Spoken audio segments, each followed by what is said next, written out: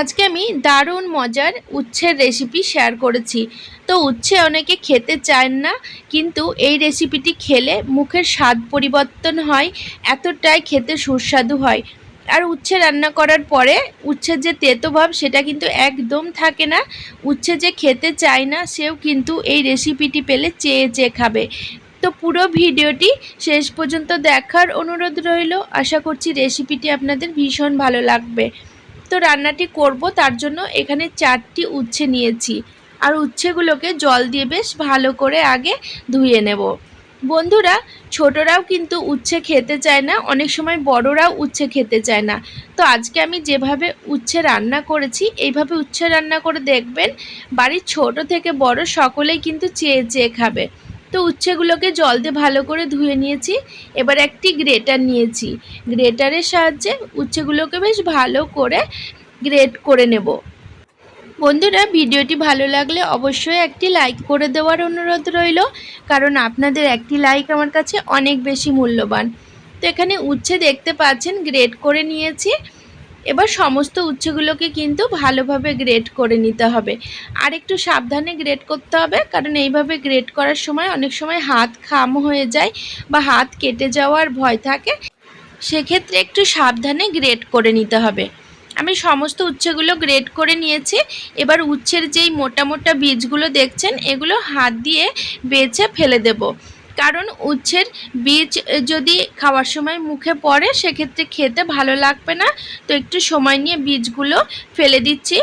আর এই রান্নাটি করার সময় অবশ্যই চেষ্টা করবেন একটু কচি উচ্ছে নিতে, তাহলে বীজ থাকবে না, সেক্ষেত্রে রেসিপিটি খেতেও সুস্বাদু হবে। এবার এই গ্রেট করা উচ্ছেগুলোকে এইভাবে হাত দিয়ে চিপে চিপে রস বার করে নিচ্ছি। তো বন্ধুরা, এই রসও কিন্তু আমি ফেলবো না, কারণ উচ্ছের রস শরীরের পক্ষে ভীষণ ভালো। সুগারের রুগী বা ডায়াবেটিস যাদের আছে, কিংবা সকালে যদি খালি পেটে উচ্ছের জুস খাওয়া যায় সেক্ষেত্রে রক্তও পরিষ্কার হয়, শরীরের পক্ষে ভালো থাকে, সুগার অনেকটা কন্ট্রোলে থাকে। তো জুসটা বা রসটা আমি একদম ফেলবো না। আর এদিকে উচ্ছে যে চিপে নিলাম এগুলোকে আমি রান্নায় ব্যবহার করব। তো রান্নাটি শুরু করছি। তার জন্য ওভেনের ওপর কড়াই বসিয়ে 1 টেবিল চামচ মতো সাদা তেল দিয়েছি। তেল গরম করে নিয়ে এর মধ্যে হাফ চা চামচ মতো গোটা জিরে ফোড়ন দিলাম। ফোড়ন একটুখানি ভেজে নিয়ে এর মধ্যে একটি মিডিয়াম সাইজের পেঁয়াজ কুচি দিয়ে দিচ্ছি। পেঁয়াজ বেশ মিডিয়াম টু লো ফ্লেমে হালকা ভেজে নেব, তবে খুব বেশি লাল করে ভাজবো না। বন্ধুরা, এই রান্নাটি করতে গেলে খুবই অল্প উপকরণ লাগে, আর চটজলদি কিন্তু রেসিপিটি তৈরি হয়ে যায় আর খেতেও দুর্দান্ত হয়। তো পেঁয়াজ কিছুক্ষণ ভেজে নিয়ে এর মধ্যে ঝালের জন্য 2টো কাঁচা লঙ্কা কুচি দিয়ে দিচ্ছি। ঝালের পরিমাণ আপনারা আপনাদের স্বাদ মতো বাড়িয়ে কমিয়ে নিতে পারেন, তবে এই রেসিপিটি একটু ঝাল ঝাল হলে খেতে ভালো লাগে, মুখের স্বাদ পরিবর্তন হয়। তো পেঁয়াজ আর লঙ্কা একটুখানি ভেজে নিয়ে এর মধ্যে আগে থেকে গ্রেট করা উচ্ছেগুলো ঢেলে দিচ্ছি। এবার উচ্ছেগুলো বেশ ভালো করে ভেজে নেব। বন্ধুরা, আপনারা যারা রসুন খেতে পছন্দ করেন তারা কয়েকটি রসুনের কোয়া কুচি করে কেটে এর মধ্যে দিয়ে দিতে পারেন, সেক্ষেত্রেও কিন্তু খেতে খুব ভালো লাগে। তো কয়েক মিনিট নাড়াচাড়া করার পর দেখতে পাচ্ছেন বেশ ঝুরঝুরে হয়ে গেছে। এবার আমি এর মধ্যে স্বাদ মতো লবণ আর কালারের জন্য অল্প একটুখানি হলুদ আর হাফ চা চামচ মতো জিরে গুঁড়ো দিয়ে দিচ্ছি। এবার আবারও 2 থেকে 3 মিনিট মিডিয়াম টু লো ফ্লেমে এইভাবে নাড়াচাড়া করে ভেজে নেব। বন্ধুরা, ভিডিওটি ভালো লাগলে অবশ্যই আমার সাথে থাকবেন, আর আমার সাথে থাকার জন্য চ্যানেল সাবস্ক্রাইব করে বেল নোটিফিকেশনটা অবশ্যই অন করে রাখবেন, তাতে পরবর্তীকালে আমি যখনই নতুন ভিডিওর আপলোড দেব তার নোটিফিকেশন আপনারা সবার প্রথমে পেয়ে যাবেন, আর ভিডিওগুলো কিন্তু সবার আগে দেখতে পাবেন। তো দেখতে পাচ্ছেন সমস্ত উপকরণ বেশ ঝুরঝুরে হয়ে গেছে আর ভালো করে ভাজাও হয়ে গেছে। এবার আমি এর মধ্যে 1 টেবিল চামচ মতো বেসন দিয়ে দিচ্ছি। তো বেসনের পরিমাণ কিন্তু খুব বেশি দেব না বন্ধুরা, 1 টেবিল চামচ মতো বেসন দিলাম। তো বেসন দিয়ে আবারও নাড়াচাড়া করে নিচ্ছি।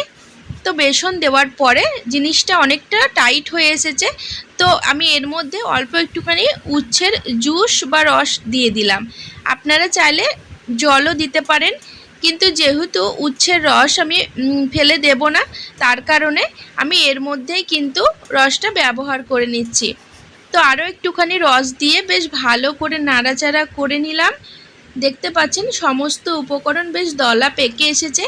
এটিকে আরও কিছুক্ষণ রান্না করার জন্য আরও একটুখানি উচ্ছের জুস দিয়ে এইভাবে নাড়াচাড়া করে নিচ্ছি।